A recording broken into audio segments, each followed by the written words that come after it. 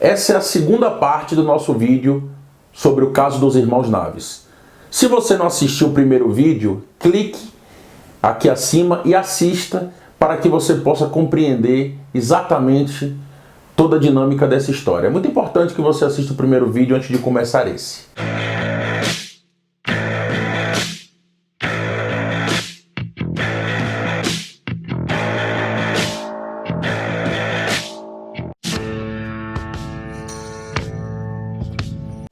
Francisco Vieira dos Santos, 53 anos, primeiro-tenente da Polícia Militar, casado, pai de 4 filhos.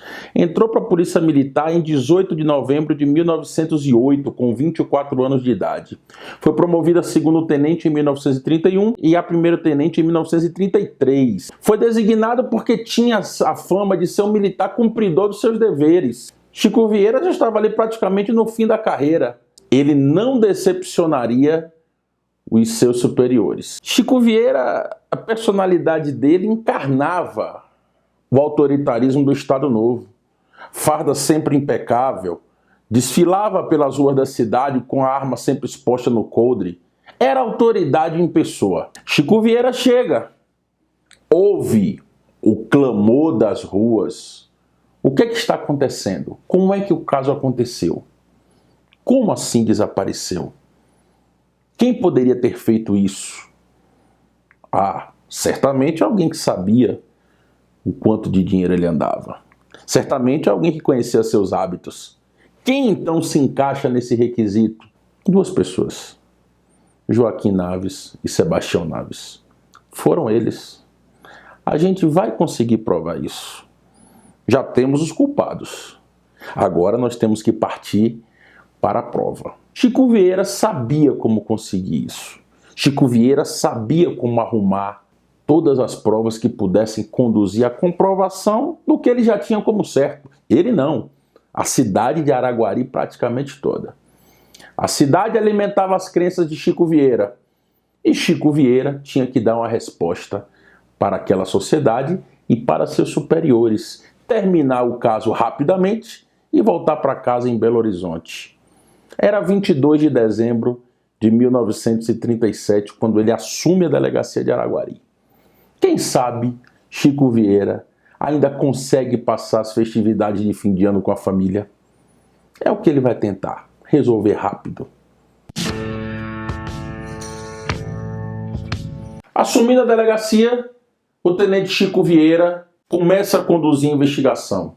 Nada de concreto aparece, até que uma pista é levada até ele, pela própria família Naves. Benedito Pereira teria sido visto em Uberlândia. E como essa pista apareceu? Uma pessoa chamada Sebastiana Romana, que era filha de criação de Ana Rosa Naves, a dona Ana, foi até Araguari acompanhada de um amigo chamado José Joaquim Teodoro de Lima, o Zé Prontidão. Enquanto Dona Ana e Sebastiana conversavam, o Zé Prontidão interveio na conversa, ouviu a história do desaparecido de nome Benedito, ouviu a descrição física dele e disse: espera aí, eu vi uma pessoa com esse nome, com essas características, há mais ou menos um mês, lá em Uberlândia.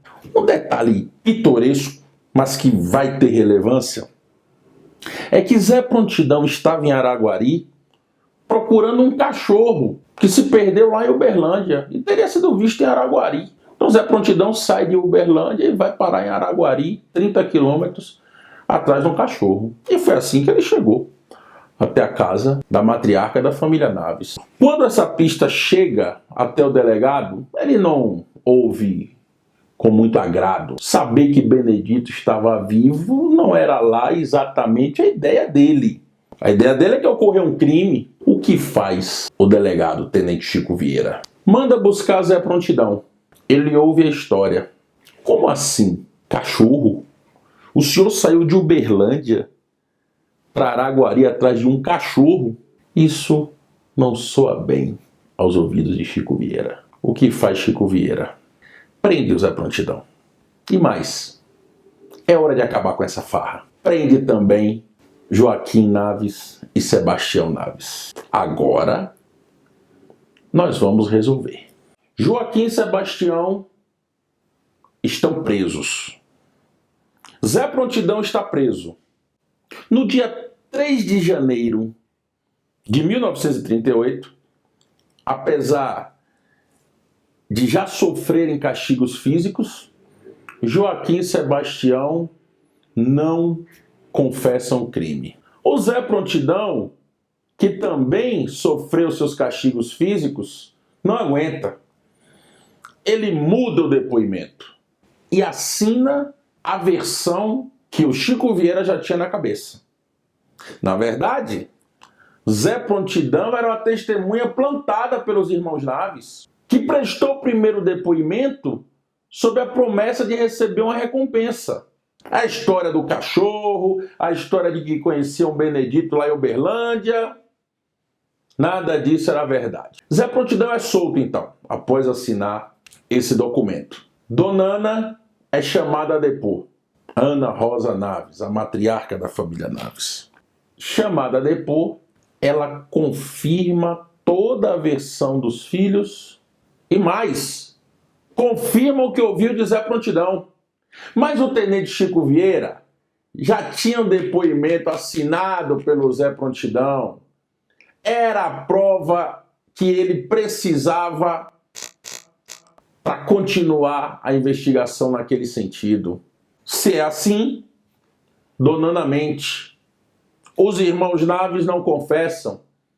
Que tal prender a Dona Ana e levá-la para o porão da delegacia? É isso que o Chico Vieira faz. Prende uma mulher de 66 anos, viúva, mãe de 12 filhos, tira a roupa dela, amarra no subsolo da delegacia, no porão, nua na frente dos filhos, manda que os filhos batam nela, eles não obedecem. Então eles são torturados na frente dela. Confessa, não tem o que confessar, não vai bater nela? Então nós batemos e eles torturam Dona Ana na frente dos filhos. Fale! Falar o quê? Não fomos nós? Agora eles vão falar. E eles estupram a mãe na frente dos filhos. Um policial chamado Damásio sevicia Dona Ana de todas as formas imagináveis. Entretanto, certamente alguém influente na cidade que se comoveu com a situação da Dona Ana intervém pela soltura dela. Afinal, que culpa tem a mãe se os filhos são assassinos? Dona Ana é solta no dia 5 de janeiro de 1938. Arrebentada, se arrasta por 9 quarteirões. Encontra uma porta entreaberta. Uma porta qualquer. Não se sabe se ela entrou para morrer, se ela entrou para procurar ajuda. O fato é que, dentre tantas portas nas quais ela poderia entrar, ela entrou naquela. E talvez aí tenha sido o único golpe de sorte que a família Naves experimentaria em muito tempo em toda essa tragédia.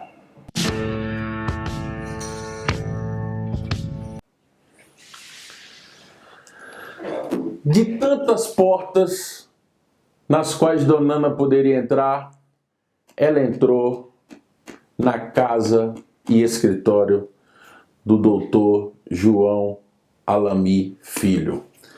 Avenida Tiradentes, 294, Araguari, Minas Gerais. Dona Ana já havia ido ali, mas dessa vez entrou por coincidência. Ela havia ido ali dias antes pedir para que o doutor João Alamy defendesse seu filho. Mas não só ele. Ela já havia pedido para vários advogados. Os advogados de Araguari, cidade que já se convencia da culpa dos irmãos Naves, não queriam assumir a causa. Só falta a confissão, todo mundo sabe que são eles. E o doutor João Alamy, nessa segunda vez, ouve Dona Ana, se compadece, mas ele não faz essa advocacia para culpados dessa forma. bandidos terríveis. Não faz. Dona Ana chora. Vem lá de dentro outra mulher, Dona Odete, esposa do Dr. João Alamy Filho, mãe da pequena Heloísa, filha do casal. Ouve a história de Dona Ana, chora com ela, lágrimas de mãe, e diz ao Dr. João Alamy: essa mulher não sai daqui. Dr. João Alamy, então, se compadecendo daquela mãe, atendendo ao pedido da mulher, assume a causa. Não só assume a causa, como mantém Dona Ana na sua casa, protegida por algum tempo. O Dr. João Alamy, o trabalho que ele desenvolveu, é um monumento que deveria servir de referência a toda a advocacia brasileira. Um advogado do interior do Brasil que lutou ferozmente contra as injustiças. Inicialmente, por conta da mãe. Mas o Dr. João Alamy, muito rapidamente, vai se convencer da inocência dos seus clientes. Hoje, infelizmente, não mais existe o escritório do Dr. João Alamy Filho, que foi transformado num bar, chamado Bar Relicário, que foi demolido. No seu lugar hoje, como vimos lá em Araguari, existe um pequeno centro comercial. A curiosidade disso é que o Tribunal de Justiça de Minas Gerais reconheceu o dano moral coletivo causado pela demolição daquele bar. Antigamente um escritório, que era uma peça-chave em todo esse fatídico episódio. Nós vamos ver como foi a atuação desse, podemos dizer, grande advogado na defesa dessa causa. Ainda no dia 6 de janeiro de 1938, o Dr. João Alamy Filho impetra o primeiro habeas corpus em favor dos irmãos Naves. Esse habeas corpus deixa a cidade meio que irritada com a atuação do advogado que está ali atrapalhando o desfecho do inquérito. Muito mais se diga do tenente Chico Vieira. Fica impaciente com aquilo, é preciso resolver logo. No dia 12 de janeiro de 1938, antes ainda de qualquer decisão no habeas corpus, o tenente Chico Vieira leva Joaquim Sebastião para a zona rural de Araguari. Os irmãos Naves eram incansáveis em afirmar sua inocência. Como arrancaram a confissão? O tenente Chico Vieira tinha uma ideia. Levou os irmãos para o mato, pendurava-os em árvores de cabeça para baixo, passava mel no seu corpo para que os insetos os atacassem, fazia com que bebessem a própria urina, deixava-os sem água por dias a fio. O Dr. João Alamy Filho, finalmente, depois de mais de uma semana de tortura, consegue um habeas corpus. O tenente Chico Vieira não se conforma e presta falsas informações ao juiz no sentido de que os irmãos estariam livres. Era mentira, eles continuavam apanhando, tendo as unhas arrancadas e não confessavam. A honra deles era o farol, era o guia. Joaquim, entretanto, termina por confessar. E por que ele faz isso? Porque o tenente Chico Vieira pega Sebastião Naves, leva para o meio do mato, dá um tiro simulando ter matado Sebastião. Diante do que acreditava ser a morte do irmão, Joaquim ainda resiste, mas depois de ser atingido por um tiro, decide confessar, achando que aquilo seria o fim das torturas. Lê do engano, não era. Por incrível que pareça, aquilo era não mais do que o começo do terror que eles viveriam ainda. Joaquim confessa.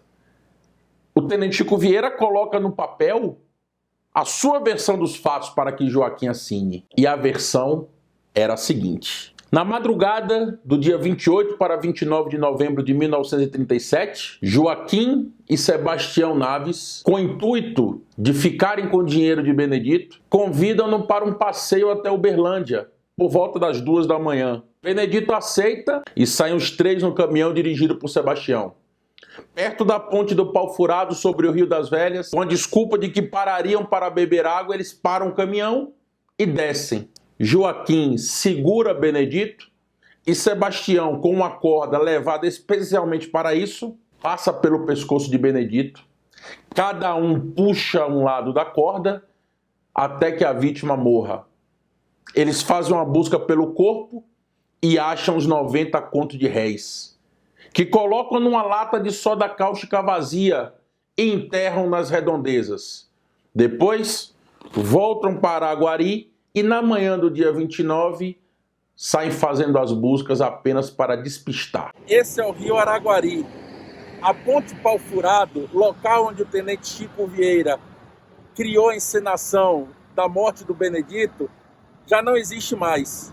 Era uma ponte que foi destruída para dar lugar ao lago de uma usina hidrelétrica.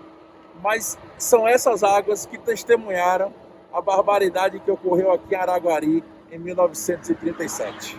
Essa era a versão que Joaquim, nas suas mal traçadas letras, assina. Agora, Chico Vieira já tinha o depoimento de Zé Prontidão, conseguido nas circunstâncias que nós vimos, e a confissão de Joaquim. Mas falta algo. Falta um corpo. Falta o dinheiro. O doutor Arnaldo Orlando de Moura, juiz em Uberlândia, no dia 13 de janeiro de 1938, defere a ordem de habeas corpus em favor dos irmãos Naves. Mas essa ordem jamais foi cumprida. Porque a polícia dizia: os irmãos Naves já foram soltos, não estão aqui.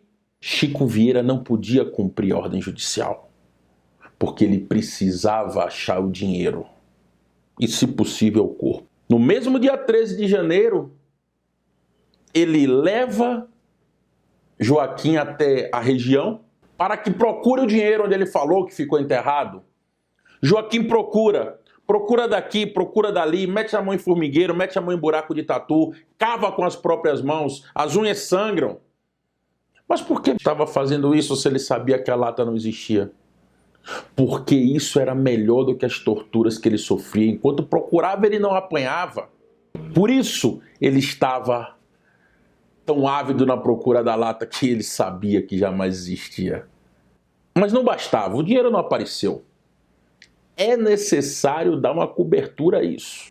Eis que Joaquim é levado para prestar um novo depoimento. Agora, ele diz que o dinheiro não estava mais ali porque o irmão deve ter pego depois que eles deixaram. A cidade de Araguari está amplamente convencida da culpa dos irmãos Naves. Existe apenas uma voz que se levanta contra isso. É a de João Alami Filho, o advogado, que por tão bem exercer sua profissão, também foi alvo da ira do tenente Chico Vieira. Chico Vieira, como não se encontra o dinheiro, começa a espalhar pela cidade que o advogado deve ter recebido alguma coisa.